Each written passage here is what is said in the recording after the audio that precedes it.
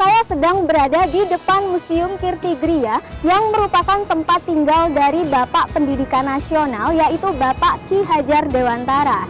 Bangunan kokoh ini merupakan saksi bisu dari Ki Hajar Dewantara menorehkan sejarah pendidikan di Indonesia.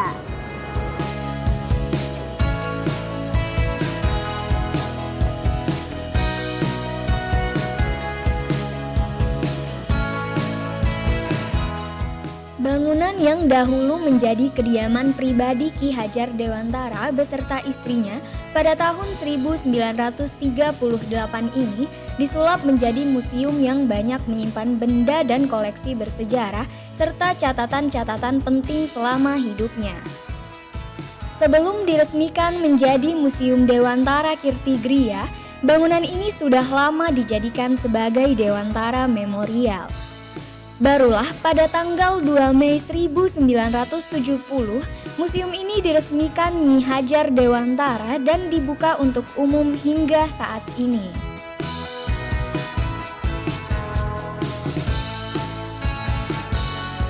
Ya, jadi Ki Hajar itu menempati rumah ini dari tahun 38 sampai tahun 57.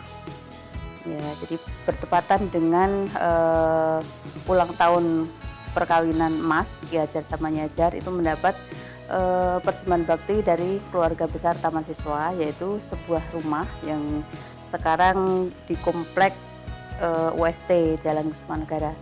Nah, di situ. Jadi Ki Hajar pada tahun 57 itu pindah ke rumah yang pemberian dari keluarga besar Taman Siswa. Nah, kemudian pada tahun 1959 setelah pada tahun 58 Ki Hajar mengumumkan gagasannya agar rumah yang di komplek perguruan Taman Siswa Jalan Taman Siswa ini dijadikan museum, kemudian disetujui. Nah, kemudian pada tahun 59 Ki Hajar itu. Nah, pada tahun 60-an itu di pertengahan tahun 60-an itu sudah terbentuklah museum Museum Taman Siswa, belum museum, tapi baru Dewantara Memorial. Jadi setelah itu gagasan Ki Hajar itu disetujui, kemudian mengumpulkan para keluarga Taman Siswa dari Majiluhur, sejarawan, itu kemudian terbentuklah sebuah Dewantara Memorial. Koleksi Museum Dewantara Kirtigriya diantaranya 879 jenis surat, perlengkapan rumah tangga, foto dan film, hingga ribuan buku dalam berbagai tulisan dan bahasa. Salah satu koleksi mahakarya diantaranya piano milik Ki Hajar Dewantara. Masterpiece itu di sini ada piano, ya. Piano itu dulu sebenarnya dibeli Ki Hajar tahun 38. Jadi ceritanya sih panjang kalau piano itu. Jadi Ki Hajar pernah dibuang di negeri Belanda ya waktu itu.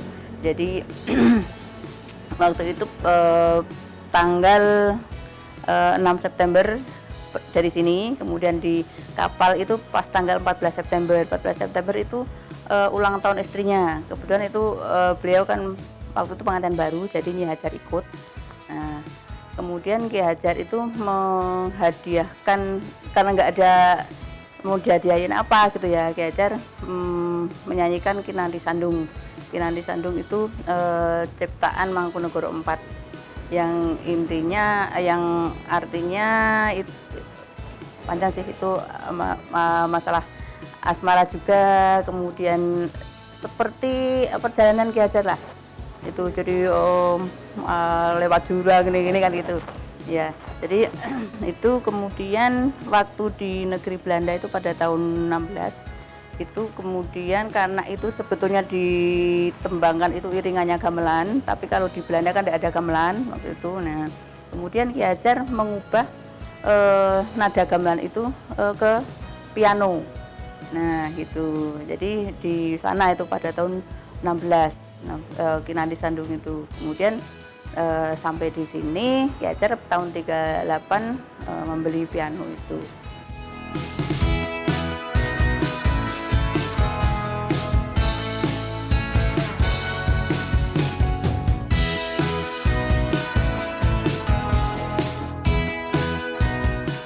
meminimalisir resiko kerusakan, Museum Dewantara juga melakukan berbagai upaya perawatan. Di antaranya melakukan digitalisasi ribuan kertas surat dan buku tersebut. Kondisi bangunan cagar budaya yang menjadi saksi perjuangan Ki Hajar Dewantara demi hak pendidikan bagi kaum pribumi pada saat itu hingga kini dalam kondisi relatif baik dan terawat.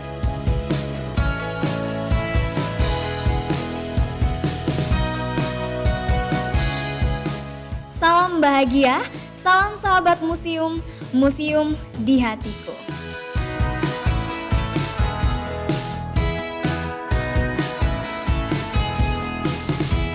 Suci ngesti tata tunggal, yang berarti di mana ada niat pasti akan muncul kesempurnaan.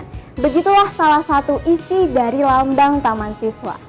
Saya Nandia, juru kamera Anira, sampai jumpa.